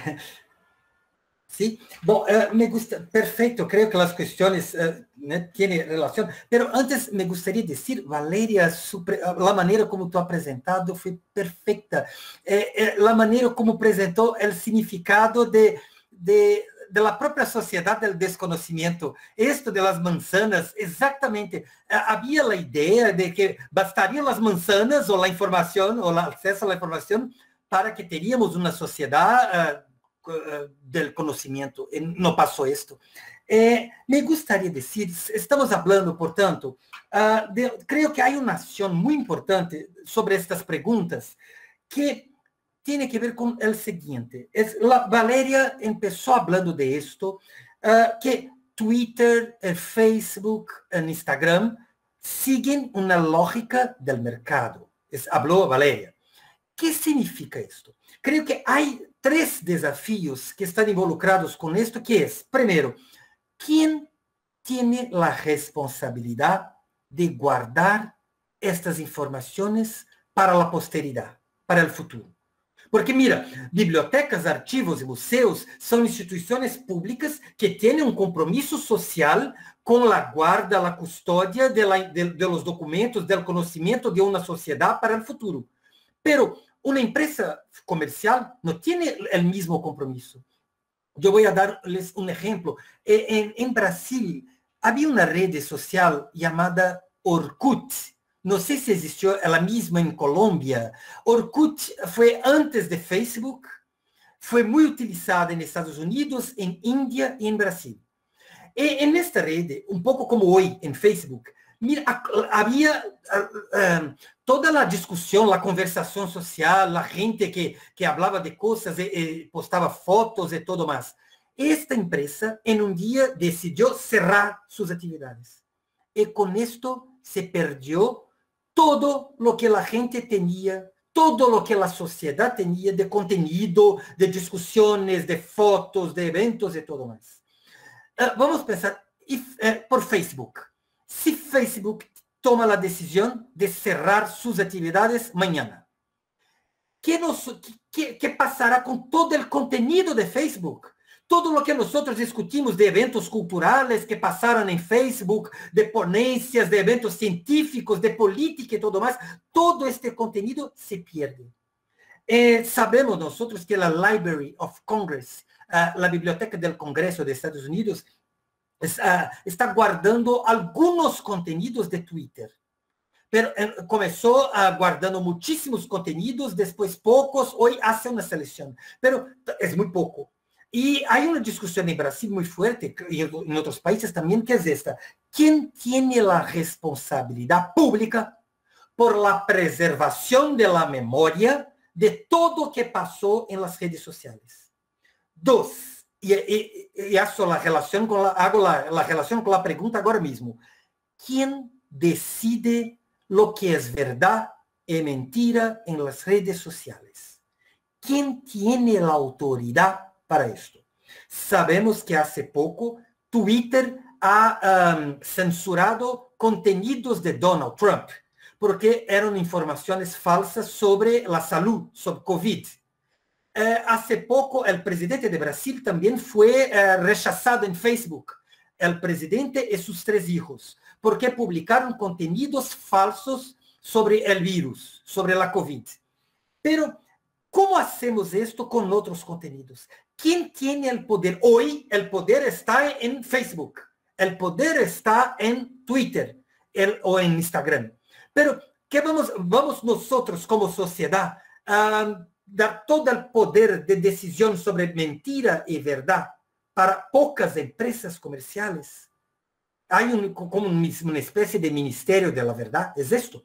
Por tanto, hay una discusión muy fuerte. Estamos hablando de un espacio público, en un espacio en que las personas toman sus decisiones, las personas construyen sus visiones del mundo, sus propias identidades, basadas en los contenidos de las redes sociales, pero es necesario sí tener una gestión de este espacio. Y el tercer punto es que en este espacio hay también la acción de los bots y también la acción de personas que están ocultas, personas que utilizan los espacios de las redes sociales para atacar a los otros, para amenazar, para practicar violencia, para incitar el odio. Miren, para cometer crímenes por medio de la información. Y por tanto, ¿qué podemos hacer en relación a las informaciones falsas? Es necesario, sí, construir mecanismos, instrumentos que sean para certificar la información. Pero miren, los bibliotecólogos siempre han hecho esto. Las bibliotecas son espacios, siempre fueron espacios de información calificada. Los archiveros siempre estuvieron comprometidos con la autenticidad de la información. Pero claro, estamos hablando de misiones, de funciones que han sido cumplidas, ejecutadas por bibliotecólogos, por archiveros, hace siglos. Pero claro, en realidad, en una nueva realidad, es necesario decidir cómo hacer las mismas acciones en otros contextos. Y por tanto, mecanismos o instrumentos de certificación de calidad de la información, porque informaciones falsas no vamos a dejar de tenerlas. Siempre van a surgir informaciones falsas y tenemos que convivir con ellas. Tenemos que pensar en instrumentos de alfabetización, instrumentos de educación, de apropiación crítica y todo más. Certificación y 2, responsabilización. personas que están haciendo un crimen por medio de la información tienen que sufrir las consecuencias de esos actos. Gracias, Carlos. Sí, sin duda unas acciones muy puntuales y complementado pues también a lo que dijo Valeria, pues de hacerse preguntas, de posicionarse críticamente frente a la información, frente a lo que nos llega, a lo que consumimos. Bueno, no sé si algún otro estudiante quiere hacer alguna pregunta o Sandra, si quieres hacer algún comentario o pregunta para finalizar. Sí. Gracias, Vero. Bueno, no, si los estudiantes no tienen algún otro comentario, parece que por el momento no. No, yo creo que estamos abrumados también un poco con la cantidad de elementos que Valeria y Carlos nos han puesto aquí en el tapete hoy en relación con este tema que nos convoca, y es como las instituciones de la memoria frente a todo esto que está pasando, frente a todos estos desafíos que debemos hoy atender.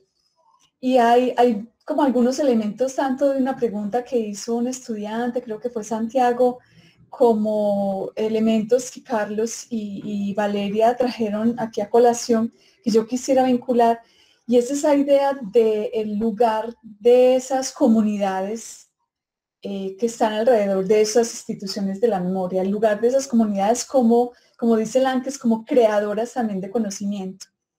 Entonces hay un asunto que yo quisiera que comentáramos, cuál es su posición, como reiterar en eso, porque ya lo han estado comentando, y es, obviamente las redes sociales, lo que nos proporcionaron las redes sociales nos dieron la ilusión de un lugar en la sociedad, que nuestra voz tenía capacidad, un vehículo de comunicación, que lo que nosotros decíamos era importante, que podíamos postar cosas si a otros les gustaban, o comentarlas, o dialogarlas. Nos dieron la idea de una especie de conversación pública. Las bibliotecas, los archivos y los museos son escenarios donde esa conversación puede tener lugar, donde esa conversación se puede dar. Y creo que es tal vez eso que con Nadia Ríos aprendimos, y es recuperemos los conocimientos, los saberes de esas comunidades, que se apropien, que lo puedan comunicar y que encuentren una manera de relacionarlo con otros, de vincularse, de crear redes con otros para que ese conocimiento se expanda. Entonces hay un montón de cosas que están pasando hoy que tiene que ver con las noticias falsas, pero que tiene que ver también mucho, por ejemplo, con la manera como sobrevivimos a la pandemia, cómo creamos mecanismos de solidaridad, cómo creamos formas de resistencia frente a situaciones económicas, situaciones sociales, situaciones de violencia familiar. Ese conocimiento que está ahí en la comunidad latente, cómo es que estas instituciones pueden recuperarlo, pueden fomentarlo, qué hacer con eso, qué hacer, y también un conocimiento de que muchos archivistas, nosotros lo vimos un poco en la sesión pasada de este curso, y es todas las acciones, los proyectos que hay precisamente para recuperar la memoria de lo que significó este momento, y no solo recuperarla en términos de contar qué pasó, sino también contar qué aprendimos. Entonces, mi pregunta es, ¿ustedes qué piensan en relación con esas instituciones de la memoria? ¿Cómo no solo proporcionar información, sino hacer eso que dice Lanques, de permitir que esa comunidad cree un conocimiento, que esas instituciones sean los escenarios, los espacios en los cuales ese conocimiento se construya colectivamente?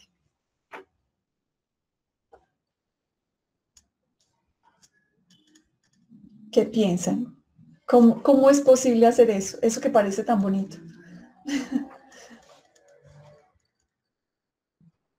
A ver, no, pues también otro premio importante si uno logra como ese asunto. A ver, pues es que, si te soy muy franca, yo no sé muy bien, o sea, ya como Valeria, ¿cierto? Es decir, como Valeria con fama, te respondería desde un tema de las redes nos permiten entender a nuestros usuarios, entender cuáles son los dilemas que tienen ahí, entablar unas conversaciones que no son un monólogo, es decir, que son en doble vía. Entonces yo doy, yo recibo, puedo estar leyendo, digamos, continuamente desde la biblioteca, pero también desde una empresa como Confama, que tiene finalmente una política editorial. Es decir, cuando vos decidís qué pones en escena, y hablo de qué pones en escena en teatro, o qué pones en escena, en qué libro pones en vitrina, qué libros compras y qué libros no compras, pues uno está tomando unas decisiones editoriales, digamos, de pensamiento, ¿cierto? Y estás, digamos, generando una conversa, ¿cierto? Y las redes te permiten tener un retorno de esa conversa. Entonces, digamos que desde ese asunto, yo creo que hay unos temas muy, muy interesantes, ¿cierto? Es decir, yo puedo llevar a través de Instagram hoy una colección de personas que son bibliotecas humanas de Antioquia para todos, ¿sí? Entonces, si tú te metes al Instagram de Confama, tú ves unas franjas de cultura como las que nosotros tenemos, que se llaman crónicas del barrio o de la región, ¿no? Donde son personajes que es el señor que hace ataúdes, o el señor que arregla relojes, o el profesor, o el pescador, o el investigador de los pescadores. Son seres humanos relativamente normales, pero absolutamente extraordinarios. Entonces tú estás recogiendo con la mirada de un fotoperiodista, ¿sí? Que te cuenta esa crónica, que te saca la crónica del arriero adentro, que te saca la crónica del obrero, que te saca la crónica del librero, digamos, de esas figuras que tienen unos profundos conocimientos. Y a través de las redes sociales tú multiplicas eso y pones entonces una diversidad, la escenificas en un Instagram o la escenificas también en libros, pero digamos que la expandes. Entonces uno ahí encuentra pues la misma posibilidad de encontrarnos acá, ¿no? Que es conectarse con unas formas de ver las cosas, con una construcción de narrar un patrimonio, como este que estoy diciendo, con una franja de cultura. ¿Qué es eso? Más una conversación, y nosotros después subimos eso a redes, pero además queda la conversación en vivo. Y claro, yo digo, sin redes sociales, pues no tendría un después, tendría el presente, que también es muy bonito eso, ¿no? Esta es una sociedad que también está esperando siempre la memoria, el recuerdo. Hay también una obsesión por estar generando memoria de todo, que es peligrosa, ¿no? Porque también creemos que todo es, pero hay cosas interesantes.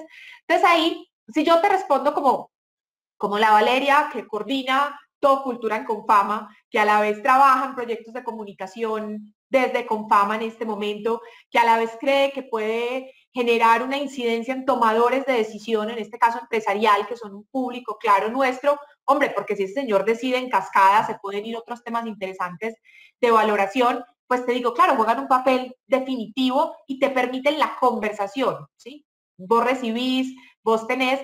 Y en ese sentido creo que hay pues unos temas increíbles. O sea, yo no habría podido hacer la premiación de Medellín en 100 palabras, una de esas iniciativas de Confama y el Metro de Medellín, donde se presentaron en tiempo de pandemia 18,000 relatos a concursar.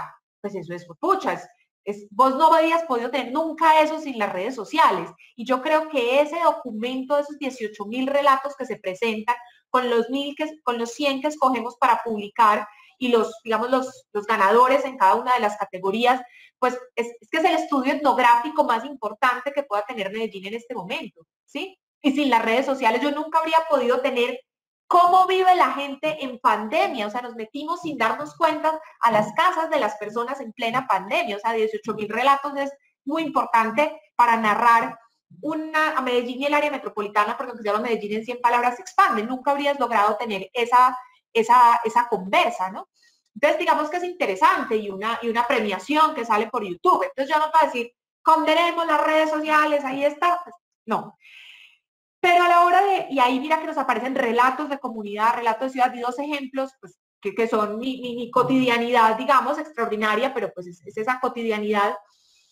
Pero ya como la otra, Valeria, digamos, creo que consiste en ser muy críticos y admitir, creo que tenemos que, si hay historias extraordinarias dentro de la normalidad, eso está muy bien, pero creo que también las redes sociales nos han metido en un asunto muy narciso y muy falso, ¿sí? Y es creer que todos somos igual de interesantes y que la opinión de todos es igual de importante. Y eso en términos de la apropiación del conocimiento es muy grave, porque mi opinión frente a la cura del cáncer es completamente irrelevante, Si yo tuve un cáncer terrible, yo, Valeria, pero mi opinión frente a cómo se cura un cáncer es completamente irrelevante en una sociedad. ¿Por qué me tienen que preguntar a mí? ¿Cierto? Para mí pregunte más o menos cómo tolera una quimioterapia y le puedo decir, listo. Pero realmente químicamente el que tiene que hablar de qué pasó es un oncólogo y para eso se estudia y se tiene esa vaina.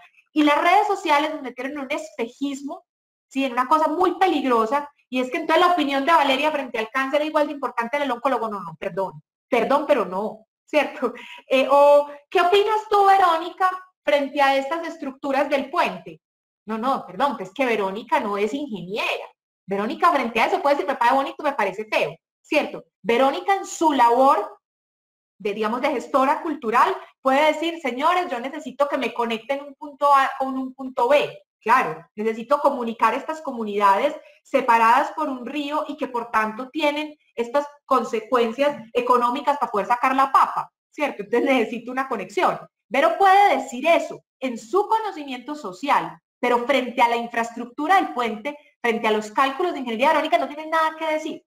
Entonces, las redes sociales nos pusieron en ese espejismo de que todas las opiniones son igual de importantes. Y eso en una sociedad es muy peligrosa, porque es que ya resulta que cualquiera también, todos podemos opinar del político de turno, pero todos no somos politólogos ni analistas políticos para entender los fenómenos de una sociedad y una cultura. Claro, no, pues todos podemos organizar los libros de la casa, muy bueno, ¿cierto? Pero en realidad todos no tenemos la ciencia de la información y la catalogación.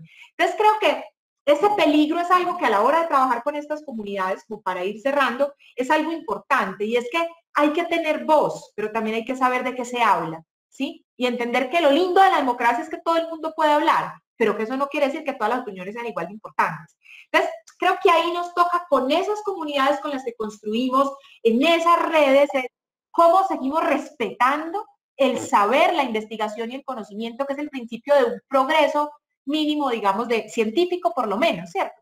Entonces ahí creo que queda ese reto, y que enfrentarse a una pregunta con esas comunidades es relevante. Entonces no condeno las redes sociales, como lo voy a hacer y la uso todo el tiempo también, ¿cierto? Creo que generan una falsa vaina y una adicción ahí, y también nos volvimos muy inmediatistas. A mí no me contestan en 5 minutos, digo, ¿por qué pues?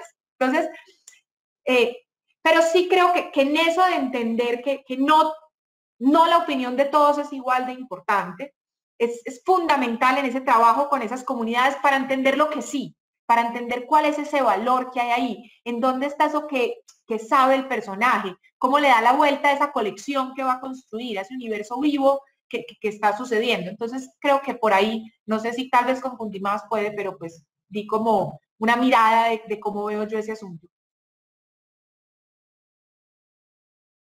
Bien, perfecto, Valeria. Estoy totalmente de acuerdo, sobre todo con eso de que sí debemos utilizar las redes sociales, pero tenemos que tener un uso crítico y todo más. Para responder a pregunta de Sandra, solo para decir que me gustaría utilizar las palabras de Valeria para decir que ¿qué podemos hacer? Que caigan más manzanas, pero que la gente tenga preguntas para hacer. ¿Qué quiero decir con esto? ¿Sí? Que las bibliotecas, los archivos, los museos tienen que asumirse como espacios de promover una cultura de que la gente se comprenda como sujeto del proceso de conocimiento. Mira que significa que hacer de la experiencia de vida es momentos de oportunidades, espacios de reflexión, de pensamiento, de argumentación, de utilización de la razón, porque los ambientes religiosos y fundamentalistas religiosos, los espacios militares, por ejemplo, de escuelas militares, las teorías conspiratorias, son todos espacios, ambientes en que el pensamiento se basea en creencias o en autoridad, y no en sujetos emancipados en la construcción del conocimiento. Esta é a diferença da experiência científica, da experiência proporcionada por la arte, a verdadeira arte, digamos assim, a arte, né, que não é só um produto industrial. E nesse sentido, a sede da experiência, as bibliotecas, os arquivos, os museus, têm que ser espaços de produção de condições de emancipação de los sujetos enquanto sujetos produtores de conhecimento e sujetos que interpretam sua própria vida e suas próprias condições no mundo. Claro, estamos falando de ideias que, para hacerse em práticas, em intervenções concretas, é difícil. Alguns programas de bibliotecologia e ações de bibliotecologia estão falando há poucos anos que o conceito central del área deveria ser o conceito de mediação. E mediação significa o encontro de sujeitos e, sobretudo, uma percepção de que toda a ação de uma biblioteca, de um arquivo, de um museu, não é uma ação neutra. A perspectiva de uma neutralidade, de que seja só um transporte de dados, que seja só o transporte, a transferência de conhecimento, não. É sempre uma interferência. E uma interferência que é basada em valores. E podemos escolher, podemos decidir se nossos valores serão valores de ódio, de exclusão, de mercantilização del mercado, ou se serão valores de cidadania, de inclusão, de democracia.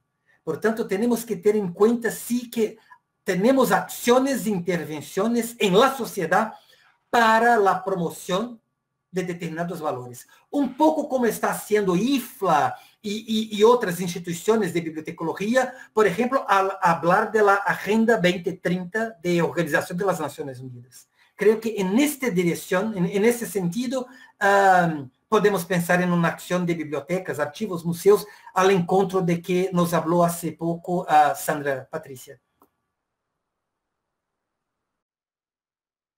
Muchas gracias, Carlos y Valeria.